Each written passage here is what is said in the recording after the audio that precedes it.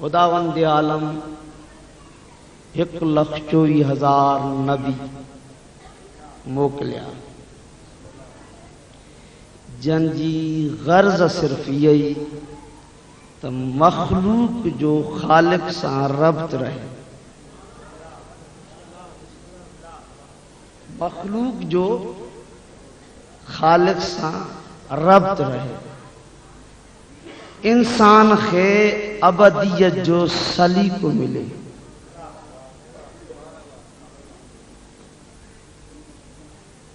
جن کے شرف خدا ڈنو پانچی پوری مخلوق میں، یہ انسان نبین جے ذریعے ان شرف جے مقام کے حاصل کرے سکے۔ صرف ان غرض خاطر خدا 1,24,000 نبی موکلیا۔ ان نبین میں کن نبین جی عمر 100 کھان گھٹ، کن جی 100، کن جی 500، کن جی 1000 سال، لیکن آخری نبی جی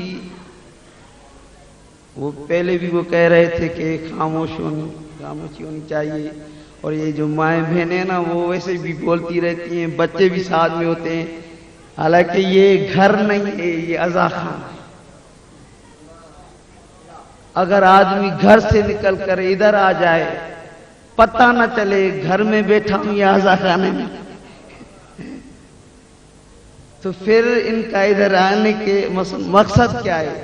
جو بھی آئیں مائیں بہنیں آئیں، پہلے تو انسان کو اتنی اپنے اندر پہچان ہونی چاہیے کہ کس جگہ سے میں منتقل ہو کر کس مقام پر آیا۔ اگر دنیا میں ایک مقام اور دوسرے مقام کی تمیز نہیں رکھ سکتا تو جو جنت مقام نہیں دیکھا ہے وہ کیسے حاصل کرے گا؟ بس وہ بھی تو ایسا نہیں، ایسے ہی مقام تو نہیں مل جائے گا، وہ بھی خالق اکبر نے ظرف پر رکھا ہے۔ کسی نے ملک نے کہا تھا پالنے والے جنت کون سی نیکیوں پر دیتے وہ اپنے بندے کو، کس نیکی پر دیتے کہ جنت کی اتنی بڑی جاگیر؟ خدا نے فرمایا کسی نیکی پر نہیں، یہ میں روایت بیان کر رہا ہوں اللہ مجلس میں۔ تو پھر جنت اتنی نیکیاں کس؟ خالق اکبر نے فرمایا ہر نیکی کی میں نے جزا رکھی ہے، وہ جزا میں نے کب کہی ہے کہ ادھر دوں گا، ادھر بھی دے سکتا ہوں۔ جنت صرف اسے ملے گی جو عقل ہے رکھنے والا ہے، جس کے پاس کھوپڑی میں ظرف ہو، سمجھ ہو۔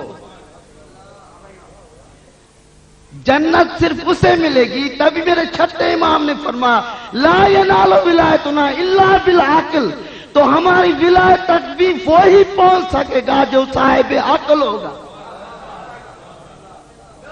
جو صاحب فہم ہوگا۔ تو فہم کا پتہ کب چلتا ہے؟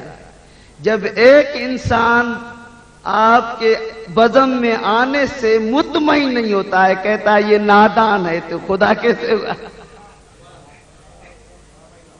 جب انسان کے اندر اتنا سلیقہ نہ ہو، کون سی گفتگو ہو رہی ہے، کیا ہو رہی ہے؟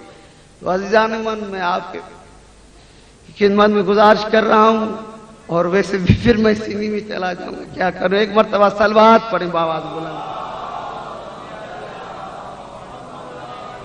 دیکھیں یہ آیہ کریمہ جو میں نے آپ کی خدمت میں عرض رکھی ہے، بس آخر میں یہ پڑھ کر مجلس کو ختم کر لوں گا۔ 1,24,000 نبی خدا نے بھیجے صرف اس غرض کے لیے، جس مخلوق کو میں نے پیدا کیا ہے یہ عبث نہیں، یہ فضول نہیں، اس کا کوئی مقصد نہیں۔ جس مخلوق سے کچھ خدا مانگے، بے غرض خدا، جسے کس چیز کی غرض نہیں، وہ کہتا ہے مجھے کس چیز کی غرض نہیں ہے، لیکن تمہیں میں نے اپنے لیے بنایا ہے۔ ما خلقت الجن والانس الا لیعبدون۔ اے جن اور اے انسان، میں تم سے مانگ رہا ہوں، کیا مانگ رہا ہوں؟ عبد بن کے دکھا۔ انسان تو تم ہو، مجھے نہیں مانو گے پھر بھی انسان ہو۔ میں نے تمہارا اتنا بھرم رکھا ہے، مجھے مان نہ مان، پھر بھی تمہیں دوسرے انسان کہیں گے۔ یہ تیرا کمال نہیں ہے، بنانے والے کا کمال ہے۔ تو میں نے عرض کیا 1,24,000 نبی خدا نے بھیجے، ہر ایک کی الگ عمر، الگ۔ جو نبیوں کا بھی نبی تھا اس کی عمر کم،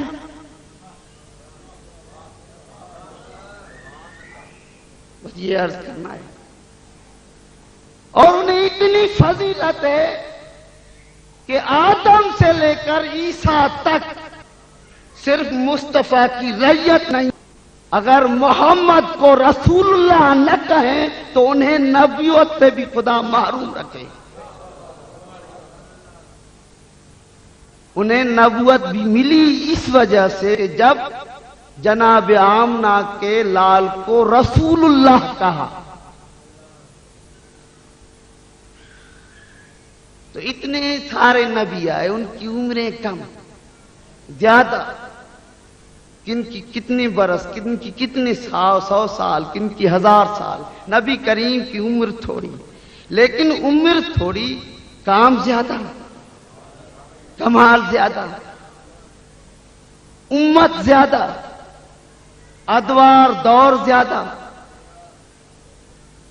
اتنے ادوار چل رہے ہیں، ایک دور کے پیچھے دور آ رہا ہے، نئی امت میں کمی ہے، نئی دور گننے سے کم ہوتے ہیں، اور یہ سلسلہ جاری و ساری ہے نہیں، پھر بھی رسول اللہ ہے۔ جب دوسرے بظاہر نبی تھے تو خلیل اللہ تھے، ذبیح اللہ تھے، جب بظاہر اٹھ گئے تو دوسرا نبی آ گیا، بظاہر نبی کریم نہیں ہے پھر بھی رسول اللہ ہے۔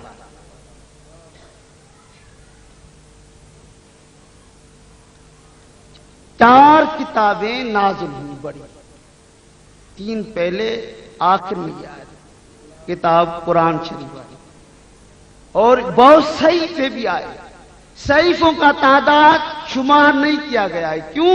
اسی لیے وہ نبی پر بھی نازل ہوتے ہیں اور نبی کے وصیوں پر بھی نازل ہوتے ہیں، بے شمار صحیفے نازل ہوئے ہیں۔ جیسے ایک ریفرنس دے دوں، بنا لا الہ کتاب اردو میں ہے موجود، کہ 10ویں محرم کے صبح کے ٹائم جنگ اب چھڑی نہیں تھی، حسین مولا کے اپنے بھی موجود تھے، دشمن بھی سامنے تھے، آسمان سے ایک صحیفہ نازل ہوا، میرے حسین مولا کی گود میں نازل ہوا، میرے حسین مولا نے کھولا، صحیفے میں لکھا ہوا ہے، خدا فرما رہا ہے، حسین کربلا بنا نہ بنا تیری مرضی۔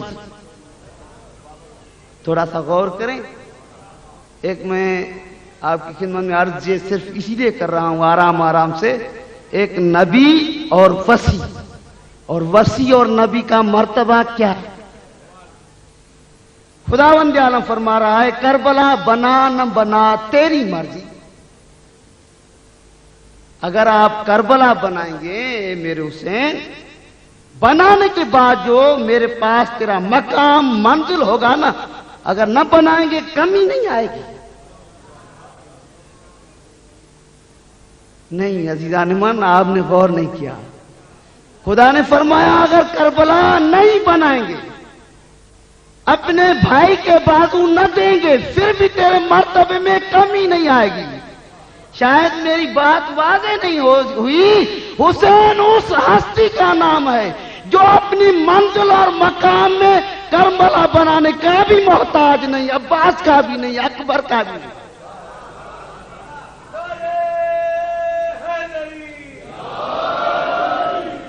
لیکن میرے حسین مولا نے کیا کیا؟ صحیفے کو باندھ کیا، بوسا دیا اور کہا پالنے والے تم نے مجھے اختیار دے دیا ہے، بناؤ نہ بناؤ میری مرضی، لیکن میں دیکھوں تیری شریعت بچتی کس میں ہے۔ اگر میرے خون میں بچتی ہے تو تیری محبت کی تقاضا یہ ہے،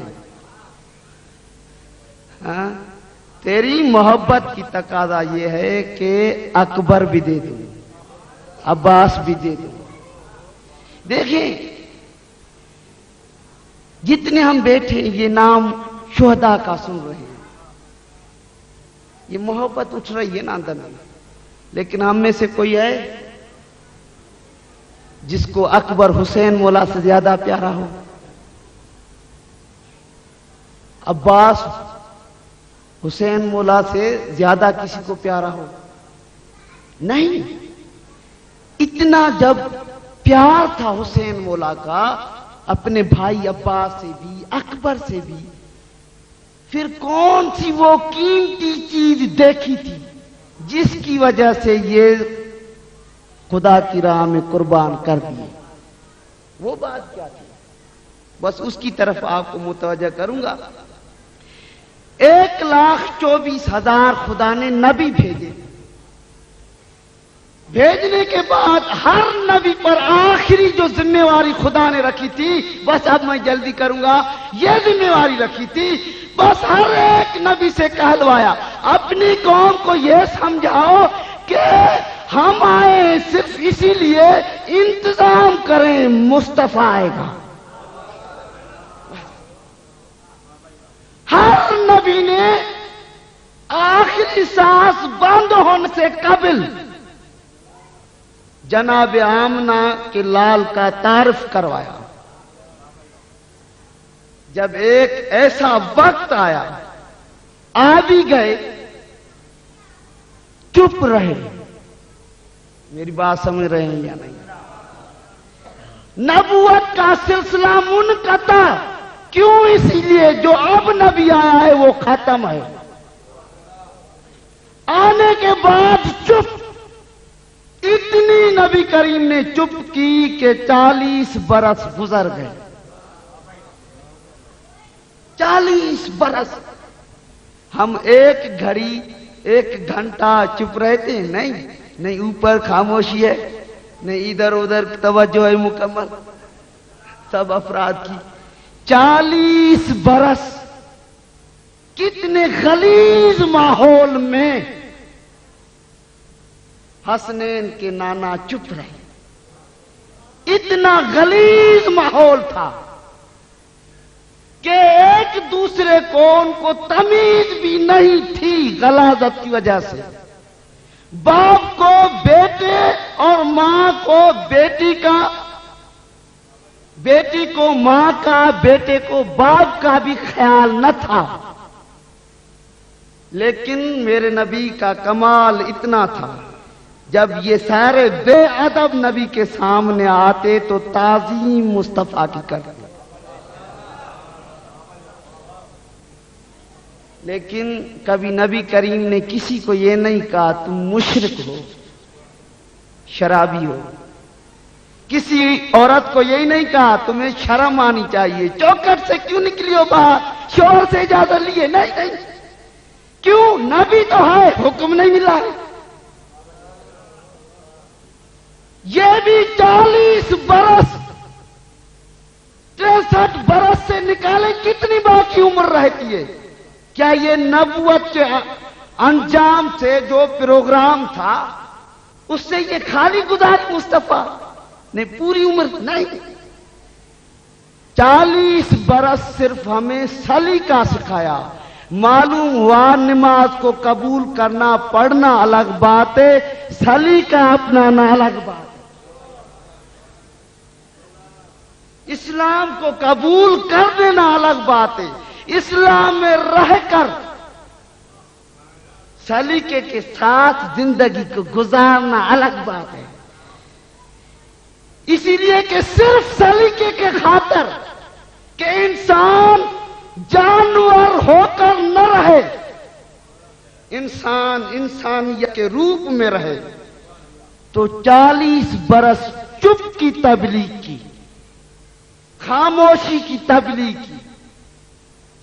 جب خاموش رہے 40 برس گزر گئے. ایک چھوٹے سے گھر میں ان کے گھر کو پاک ہی سمجھا، اسی گھر کو پورے مکے کے گھروں میں مقدس سمجھا. جس گھر میں پتے رہے، جس گھر میں پالنے والے رہتے تھے، سارے مکے والوں کو بلا کر اس گھر میں یہ کہا یہ بتاؤ 40 برس جو میں نے تمہارے ساتھ گزارے ہیں مجھے کیا سمجھتے ہو؟ کسی نے کہا تم جیسا شریف نہیں. لیکن غور ہے جو میں اب بات کر رہا ہوں، یہ کیوں کہہ رہے تھے کہ کسی کو روکا نہیں تھا، کسی کو اپنی بات منوائی نہیں تھی. اسی لیے کہہ رہے تم سچے ہو، ایسے صدیق ہو کہ دوسرا ہے ہی نہیں، تم امین ہو، تم بے انتہا شریف ہو. جب وہ بات کہی جو خدا نے کہی تھی مصطفیٰ، کہا کہ میرے حبیب وہ بات انہیں کہہ لو. اب نبی نے فرمایا کہ تم یہ کام نہ کرو، بتوں کی پرستش نہ کرو، شراب نہ پیو، یہ کرو. اب سب نے وہی لوگ بیٹھے ہیں جن کی زبانیں پہلے یہ بول رہی تھی تم جیسا شریف نہیں، تم جیسا سچا نہیں. اب وہ یہ کہہ رہے ہیں انہو لشاعر مجنون، تم شاعر بھی ہو، جادوگر بھی ہو اور پاگل ہو. یہ قرآن کی آیت پڑھ رہا ہوں. وہی لوگ کہہ رہے ہیں. تو معلوم ہوا یہ لوگ پہلے تعظیم کر رہے تھے، اب انہیں کیا ہو گیا؟ تعظیم بھی بھلا دی، گاہیاں بھی چھوڑ دی. تو معلوم ہوا نہ مصطفیٰ کے خاندان کے ساتھ ان کی دشمنی تھی، نہ مصطفیٰ کی ذات کے ساتھ، بلکہ جو بات کہہ رہے تھے اس بات کے ساتھ دشمنی. اب دیکھیں یہ بات کیسے پھر کر آج تک اس بات کے ساتھ زمانہ کیا کر رہا ہے؟ یہ انسان اس بات کی مذاق اڑا رہا ہے یا قدر کر رہا ہے؟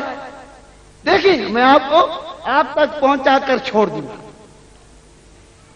وہ اتنی بات گرا گزری لوگوں پر جو تعظیم کر رہے تھے. کسی نے پتھر مارا، کسی نے سبوتش صدام کیا، کسی نے نکال دیا مکے سے. نکل جاؤ، بس نکل جاؤ، چلے جاؤ.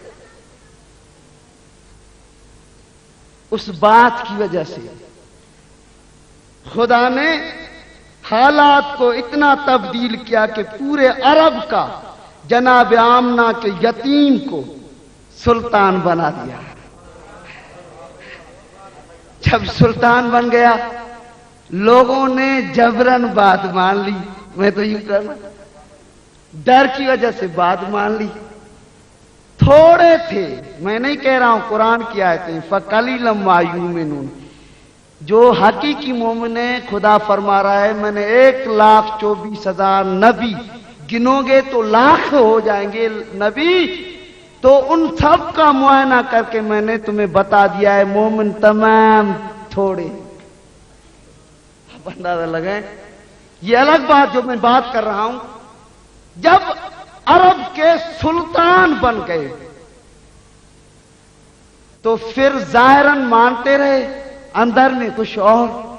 تو خدا نے سورہ منافقون دے دی. جب سورہ منافقون مل گئی کہ یہ اندر میں پلید ہیں، اس کے بعد اتنا دور عجیب گزرا جو نبی کریم کا بلا فصل جانشین تھا. میری بات سمجھ رہے ہیں؟ جیسے بظاہر خدا نے اپنے حبیب کو بلایا، زمانہ اتنا بدل گیا کوئی علی مولا سے بات نہیں کر رہا. کیوں نہیں کر رہا ہے؟ اسی لیے کہ وہی بات یہ نہ کہہ دے. اس بات سے جان کیسے چھڑوائیں، اس کی ماننی نہیں ہے. اگر اس کی تعظیم نہیں کریں گے، مانیں گے نہیں، تو یہ ممبر پر بھی نہیں بیٹھے گا. بیٹھا ہے ایسے کو جو وہ بیٹھا تو وہ رہے لیکن بات ہماری چلتی رہے.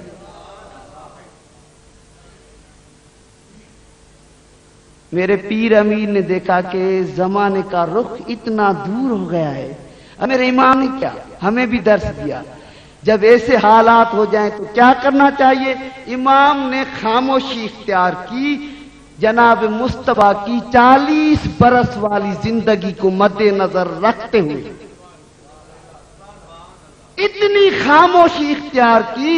جو تخت حق تھا میرے امام کا نہیں دیا تھا، وہ تخت خود گھوم پھر کر میرے علی مولا کے قدموں میں آیا.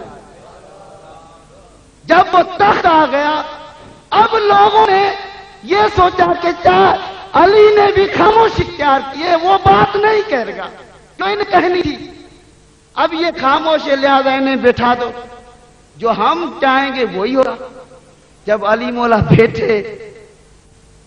بیٹھنے کے بعد میرے امام نے فرمایا آج حق اپنے حق کی جگہ پر آ گیا ہے، آج سے علی بات کرے گا.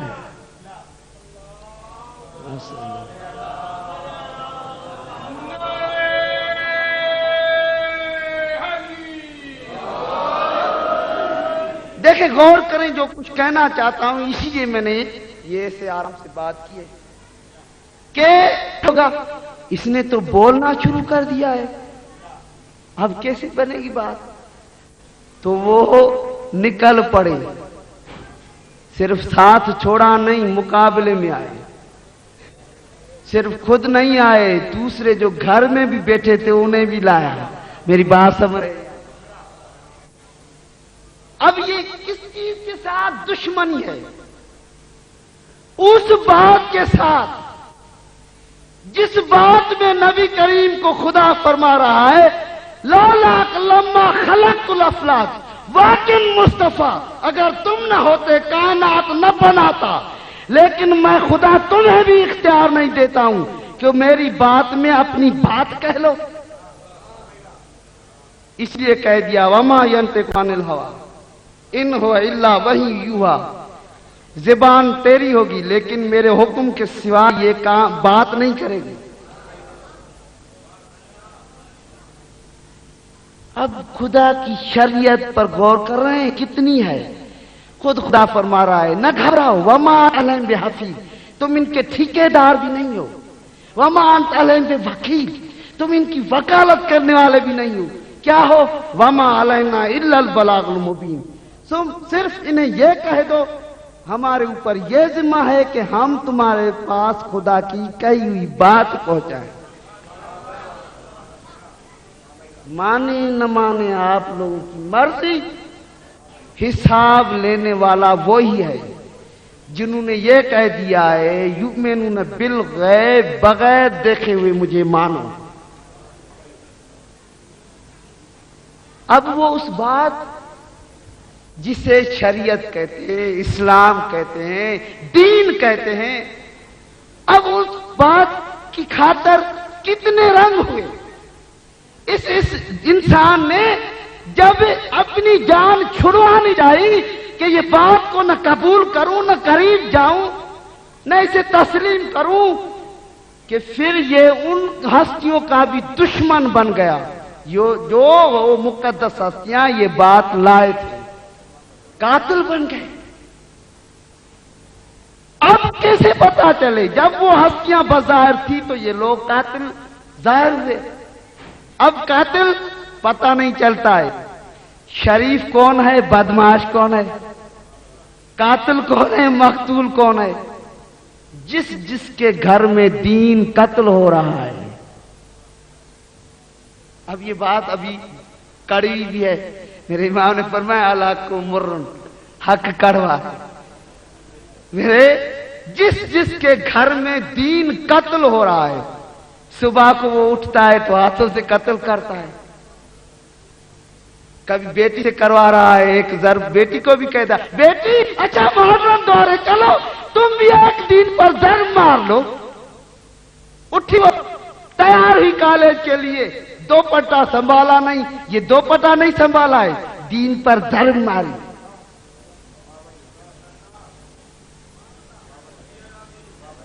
بیٹا ابھی بیوی کو کہہ رہا ہے کیوں اٹھا رہی ہو، ابھی تو چھوٹا ہے، سویا رہے، جب بڑا ہوگا تو اسے نماز پڑھنے کا سلیقہ آئے گا، چلو پی لیے خیر ہے، آگے سمجھے گا۔ اور یہ وہی آدمی کہہ رہا ہے جو علی اکبر مولا کو رو رہا ہے، عجیب بات ہے۔ ابھی آپ انصاف کریں، اب بیٹا عزیز ہے، وہ اس کا مجسمہ، علی مولا اکبر بھی خود عزیز ہے، لیکن اس نادان نے یہ تو سنا، رویا بھی، حسین کا جوان بیٹا ذبح ہو گیا، لیکن یہ نہیں سوچا کس بات پر ذبح ہوا۔ اب یہ نادانی، یہ ہے بے وقوفی، یہ ہے احمقانی، تبھی تو خدا نے کہہ دیا فَإِنَّكَ لَا تُسْمِعُ الْمَوْتَى وَلَا تُسْمِعُ الصُّمَّ الدَّاعِيَ، میرے حبیب مردوں کو اپنی بات نہیں سنا سکتے ہو، بہروں کو بات نہیں سنا سکتے ہو، پاگلوں کو نہیں سنا سکتے ہو۔ ابھی میرا سوال ہے، یہ جو مر جاتے ہیں، مرنے کے بعد تو شریعت بھی ساکت، فریضہ نماز بھی ختم، اور تاریخیں بتا رہی ہیں جب نبی کریم نے مردوں کے ساتھ باتیں کی، مردے اٹھ کر جواب دینے لگے۔ یہ مردے کون سے ہیں؟ جن کے بارے میں خدا کہہ رہا ہے بات کرو گے جواب نہیں دیں گے. یہ بہرے تاریخ خود گواہ ہے. جب نبی کریم نے کسی بہرے کو آواز دی اے فلاں ادھر آؤ، اس دن سے اس نے سننا جو شروع کیا، اس کے بعد ہر باریک آواز آرام سے سنتا تھا. یہ میرے نبی کریم کی کہ بولنے کی برکت کا اثر تھا. اب وہ پاگل، جس پاگل کے بارے میں خدا فرما رہا ہے وَإِذَا قِيلَ لَهُمْ آمِنُوا، جب انہیں کہا جاتا ہے اس طرح سے مانو کما آمن الناس، جس طرح سے ان لوگوں نے مانا ہے. قَالُوا وَنُؤْمِنُ كَمَا آمَنَ السُّفَهَاءُ، تو یہ کہتے ہیں کیا ان کی طرح مانیں جو یہ پاگلوں نے بات مانی ہے.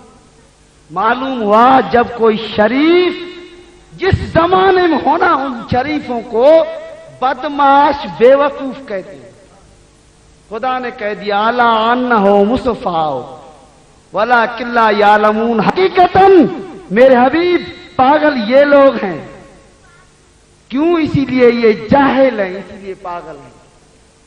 دیکھیے ولکن لا یعلمون. اب ہم جہاں بیٹھے ہیں عزیزان من، جتنے بھی بیٹھے ہیں، نظر اللہ نیاز سے اس لفظ کی طرف توجہ دے. میں دعویٰ سے کہہ رہا ہوں کسی بھی فقہ میں نہیں ہے، صرف محمد آل محمد کی فقہ میں ہے کہ جب کوئی مر جائے کفن میں لپیٹ لو، قبر میں اتارو، ایک اندر رشتہ دار چلا جائے اس کے بازو کو ہلائے اور اسے یہ تلقین کرو اسمع افہم، سن لیکن سمجھنے کے لیے سن، نہیں آپ سوئے ہوئے. جس مذہب میں مردے کے لیے بھی تلقین ہے تو کہ سمجھو، اور زندہ کو چھوڑ دیا ہے کہ سمجھو ہی نہیں، بس خواب دیکھ لیا عقیدہ بنا لیا، صبح کو اٹھے عقیدہ بنا لیا، چلتے کسی نے بات کر لی عقیدہ بن گیا، اور ہم نے آسانی سے کہہ دیا ہر ایک کا اپنا عقیدہ. ارے بھائی جب تمہیں اور ہمیں یہ اجازت نہیں ہے کہ نماز پڑھے اور اپنے طریقے سے پڑھے تو باطل ہے، اور خدا کو جس طرح سے چاہے مان لیں، بس یہ کوئی بات ہے. اور اصول دین میں کوئی قانون نہیں. اگر صلوات پڑھیں بابا بولو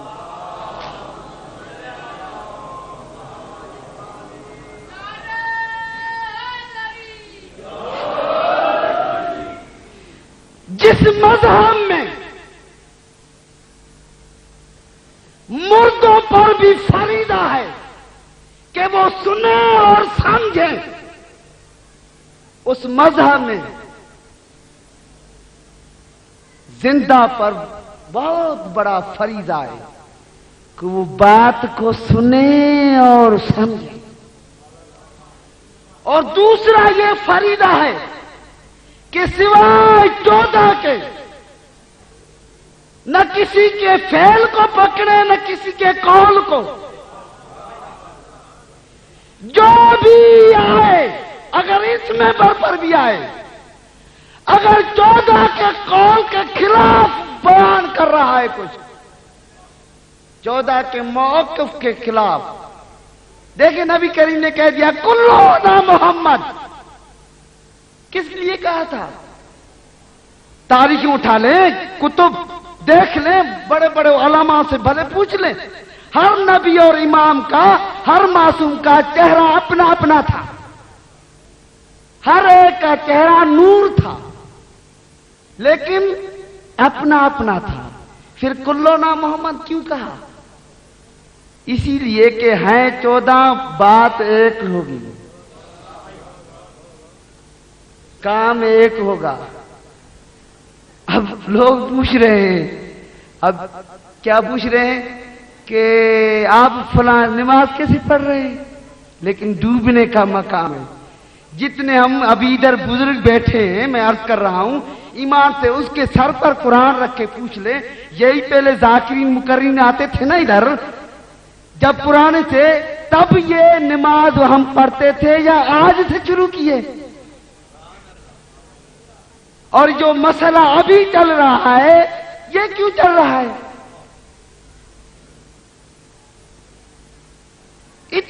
100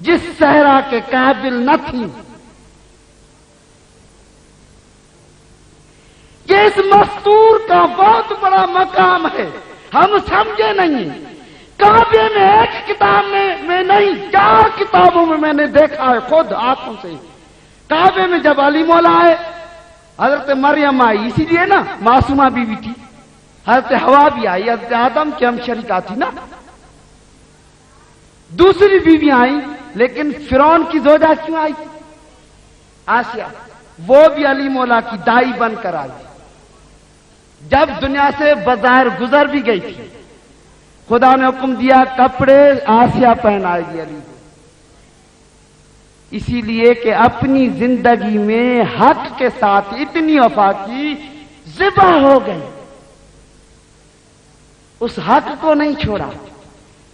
اور تبھی میں نے پہلے بھی عرض کیا، اگر آج کی مستور ہے مومنہ 2 پٹا بھی نہیں سنبھال سکتی ہے. آئی مجلس میں، قسم بے حسین کی عظمت کی، جس مجلس میں آئی ہے نا، اگر شور سے پوچھ کر نہیں آئیے نا، حسین مولا راضی نہیں ہوگا. کیوں؟ اسی لیے کہ حسین مولا نے یہ سمجھایا جو میں نے بہنیں لائی تھی تجھے سلیقہ سکھانے کے لیے، ورنہ دنیا کی کون سی طاقت تھی جو زینب کو، بیوی کو 40 شہروں میں لے جاتی؟ کس کو جرأت تھی؟ کس کو ہمت تھی؟ کسی کو نہیں تھی. اس بھرم کو برقرار رکھنے کے لیے میرے مولا نے اپنے ساتھ وہ بھی بہنیں لائے جو اپنے نانا کے روزے کے پاس آتی تھی نا. راستے میں کئی مرتبہ بی بی زینب بیٹھتی تھی اور اٹھتی تھی، کہتی نانا کبھی زندگی میں سفر نہیں کیا ہے، نانا چل نہیں سک رہی ہوں، نانا آپ دعا کرے میں آپ کی قبر تک پہنچ سکوں. اے عزیزان من، دیکھیں اس بیوی نے کیسے پہاڑوں کے سفر کیے اور ایسے پہاڑوں کے سفر کیے. لیکن دیکھیں اس بیوی نے پہلا سبق، جب سارے شہید ہو گئے، جوان بھتیجے ذبح ہو گئے، قتل ہو گئے، بیٹے ذبح ہو گئے، بھائی کی ضربیں بھی گن لی، اس کے بعد خیموں کو آگ لگ گئی، نکل نہیں رہی ہے. اسی لیے کہہ رہی ہے کہ سجاد سے اجازت مانگوں، اگر سجاد نے کہا نکلو تو نکلوں گی. دیکھیں ایک مستور کی عظمت کو بیوی نے کتنا بلند کیا ہے. سوچنا چاہیے. جب یہ بیویاں باہر نکلی، ایک شہر کے قریب پہنچی نا، میرے مولا سجاد کی نگاہ پڑی، ایک ہجوم تھا سامنے. امام نے دیکھا، ادھر بھی دیکھا ہجوم تھا، ادھر بھی دیکھا. جب دونوں طرف امام نے آنکھیں اٹھائی، ایک مرتبہ گردن جو دھگائی، آنکھوں سے خون بہنے لگا. پھوپھی نے پوچھا بیٹے خون کیوں رو رہے ہو؟ کہنے لگا پھوپھی اماں یہ دیکھو یہ بدماش کھڑے ہیں، تماشائی کھڑے ہیں، تمہیں ادھر سے چلنا ہوگا. یہ بے غیرت لوگ کہیں گے یہ علی کی بیٹی ہے. پھوپھی اماں یہ بتائیں یہ وہ ہے؟ دیکھیں ان مرحلوں سے بیوی نے سفر شروع کیا. شروع کرتے کرتے زندان میں پہنچی اور ہر وقت کہتی تھی اے بھابی ام رباب، اے بھابی ام لیلا، اے بھابی ام فروا، میرا ساتھ دو کہ ہر شہر میں جاؤں. وہ بات جو میرے بھائی حسین کو کہنی تھی نا، وہ جو نہ کہی وہ میں کہہ لوں. وہ بات کیا تھی؟ وہ بات یہ تھی کہ میرا بھائی نمازی ہے، باغی نہیں ہے. میرا بھائی شریعت کا محافظ ہے. اے عزیزان من، لوگوں نے کیا کہا تھا کہ حسین باغی ہے. معلوم ہوا کبھی بھی آپ میں سے میں گزارش کر رہا ہوں کسی شریف کی عصمت پر تہمت نہیں لگانا. یہ یزیدیوں کا کام ہے، حسین کو مارنے والوں کا نہیں. کسی کی غیرت کی طرف آنکھ نہیں اٹھانا، یہ ان تماشیوں کا کام ہے، شریفوں کا کام نہیں. بس عزیزان من، میرے جناب زینب میری بیوی مرشد زادی کی ایک کنیز تھی جس کا نام زکیہ تھا. اس کو بیوی نے قرآن پڑھایا تھا. جب بیوی نے قرآن پڑھایا تھا، بیوی قرآن پڑھانے کے لیے جب آتی تھی نا زکیہ کے پاس، زکیہ کے ہاتھوں میں جو قرآن ہوتا تھا نا، وہ بیوی کے آنے سے جیسے بیوی قدم رکھتی تھی اس گجرے میں وہ قرآن پرواز کرتا، جناب زینب کا طواف کرتا ہے۔ اے عزیزو، جب جناب زکیہ کی شام میں شادی ہو گئی نا تو زکیہ نے کہا اے بیوی دعا کرنا خدا مجھے ایک بیٹی دے، تیری کنیزی میں دے جاؤں گی، بیوی تیری کنیزی۔ لیکن جناب زینب نے کہا وہ اللہ کی مرضی، لیکن زکیہ اگر بھول کر زینب تیرے شہر میں آئے مجھے پہچانو گی۔ زکیہ نے اپنے کو گرایا بیوی کے قدموں پر، لپٹ گئی، رو کر کہتی ہے مرشد زادی میری وفا پر آپ کو شک ہے، تم جیسی مرشد زادی میرے شہر میں آئے اور میں نہ جاؤں، نہ جانوں نہ پہچانوں، یہ کیسے ہو سکتا ہے؟ جناب زینب نے کہا زکیہ تیرا قصور نہیں ہوگا، جس حالات میں میں آؤں نا وہ حالات کچھ عجیب ہوں گے، ایسے عجیب ہوں گے میں سامنے ہوگی، تم دیکھو گی پہچانو گی نہیں۔ بس عزیزان من، زکیہ کے محلے کی عورتیں زکیہ کے پاس آئی، کہنے لگی تم اس بات کی تلاش میں تھی نا کوئی بھی ایسی شریف خاندان کی شریفہ بچی مل جائے اسے خرید کر کے پھر وہ زینب کی کنیزی میں دے آؤں۔ تو اس عورتوں کو زکیہ نے کہا ہاں آخر کہنا کیا چاہتی ہو؟ تو انہوں نے کہا زندان میں ہمیں ایک شریف خاندان قیدی دے کر آئے، بہت شریف ہے، ان کے ساتھ ایک 4 سالہ کی یتیمہ ہے، بہت شریف ہے، شام کو زندان کے دروازے پر کھڑی ہو جاتی ہے، جب ہم بیماروں کو لے جاتے ہیں وہ بچی ہاتھ پھیرتی ہے، بیماروں کو شفا ملتی ہے، بہت شریف ہے لیکن بہت مظلوم ہے، دردوں کی ستائی ہے، کانوں سے خون بہ رہا ہے۔ تو ان عورتوں نے کہا زکیہ وہ غریب ہے، قیدی ہے، مجبور ہے، وہ بچی خرید لو اور اپنے مرشدوں کے پاس لے جاؤ، اپنی بیوی کے سامنے پیش کرنا کنیزی میں۔ جب وہ زکیہ پہنچی نا جناب سکینہ کو دیکھا، کہنے لگی اے چھوٹی قیدن، اے مسافرہ، اے قیدن، اے اسیرہ، میں تمہیں خرید لوں گی۔ جب خرید کا لفظ آیا نا جناب سکینہ چند قدم پیچھے ہٹی، کہنے لگی تم کون ہو؟ ہر ظلم مجھ سے بھلا دیا ہے، تم کون ہو سکتی ہو؟ مجھے خریدو گی؟ مجھے پہچانا ہے؟ تو زکیہ نے کہا ہے کہ دن ناراض نہ ہو، میرے مرشد بہت قریب ہے، اتنے مہربان ہے، تمہیں کوئی دکھ نہیں دیں گے۔ میری جناب سکینہ نے حضرت بری نگاہیں اٹھا کر مولا سجاد کی طرف دیکھا، بھائی دیکھ رہے ہو غربت نے کس موڑ پر کھڑا کیا ہے، اسیری نے کس موڑ پر کھڑا کیا ہے۔ یہ جب میری سکینہ بیوی نے کہا کہ مستور میرا بھائی یہ وار سے جو بھی یہ فیصلہ کرے گا سکینہ کو بھائی کی خاطر قبول ہے، بھائی کے دردوں میں کمی آ جائے، بھائی کی تکلیفوں میں کمی آ جائے، مجھے فیصلہ قبول ہے۔ اے عزیزان من، جب زکیہ قریب آئی نا کہنے لگی قیدی یہ تمہاری کیا لگے؟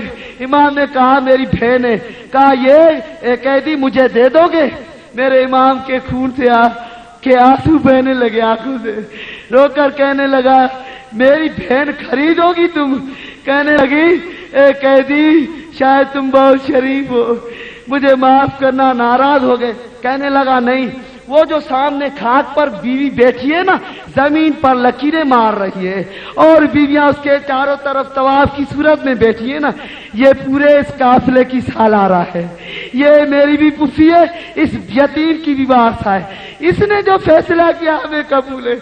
بس اے عزیزو جب زکیہ چلی نا، زکیہ سے پہلے سکینہ نے دوڑنا شروع کیا، پھوپھی کی گود میں بیٹھ کر کھاک اٹھا کر سر میں ڈالی، پھوپھی کے گلے میں بازوان ڈالی، رو کر کہنے لگی پھوپھی اماں یہ بتا بابا نے یہ لکھ کر دیا تھا کہ سکینہ کو شام میں بیچ دینا۔ بیوی نے گلے لگایا بھتیجی کو، بوسے دیے، کہنے لگی بیٹی کائنات کی کس طاقت کو ضرورت ہے کہ تیری جیسی بیٹی مجھ زینب سے جدا کرے؟ یہ آئے تو میرے ساتھ پاس، میں اسے اپنی حیثیت بتاؤں۔ کہ تیری حیثیت کیا ہے، ہماری حیثیت کیا ہے. بس عزیزان من زکیہ سلام کیا، کہنے لگی اے بی بی ایک دن یہ بچی دے دو گی؟ جناب زینب نے کہا اس کو لے کر کیا کرو گی؟ کہنے لگی میرے مرشد ہے، میری بیوی ہے. کہاں ہے؟ کہنے لگی مدینے میں. کس محلے میں؟ اس نے کہا بنی ہاشم میں. بیوی نے کہا اس کا نام کیا ہے؟ کہنے لگی بیوی بیٹی دے نہ دے نام نہ لوں گی، یہ ماحول نہیں ہے، میں اپنی بیوی کا نام لوں. جناب زینب نے کہا کیا وہ علی کی بیٹی ہے؟ کیا وہ زہرا کی ہے؟ تو وہ زکیہ پریشان ہو کر کہنے لگی ایک دن تم کیسے جانتی ہو؟ کیا وہ زینب ہے؟ کہا تم کیسے جانتی ہو؟ بیوی نے بالوں کو سر سے رخ کے چہرے سے ہٹایا، کہنے لگی زکیہ پہچان، وہ زینب میں ہوں. اے عزیزو، زکیہ نے کہا میں نہیں مانوں گی. جس علی کی میری مرشدزادی زینب بیٹی تھی نا، اس علی کو 18 بیٹے تھے، وہ کیسے قید ہو سکتی ہے؟ زینب نے کہا پہچان، وہ زینب میں ہوں. اے عزیزو، زکیہ نے اپنی عورتوں کو کہا، محلے والی عورتوں کو کہا تم ادھر ٹھہر جاؤ. جب وہ مجھے مرشدزادی قرآن پڑھانے کے لیے آتی تھی نا، قرآن میرے ہاتھوں سے اٹھ کر پرواز کرتا تھا. میں جاتی ہوں گھر سے قرآن لینے کے لیے، قرآن لاتی ہوں، اگر قرآن نے پرواز کیا تو سمجھ جاؤں گی میں اجڑ گئی ہوں. مدینہ بھی اجڑ گیا اور بیوی بھی اجڑ گئی ہے. اے عزیزان من، جب زکیہ قرآن لے کر زندان کے دروازے پر آئی نا، زکیہ کے ہاتھوں سے قرآن نے پرواز کیا، زندان کا طواف کیا. جناب زینب کے اوپر قرآن پھرتا رہا، طواف کرتا رہا. بیوی نے کہا پہچان، میں زینب ہوں.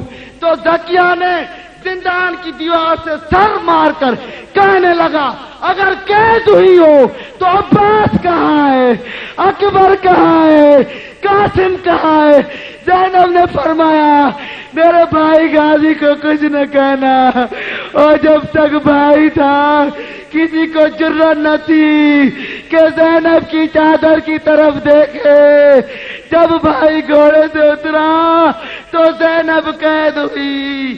اللہ لعنت اللہ علی قوم الظالمین وسيعلم الذين ظلموا أي منقلب ينقلبون.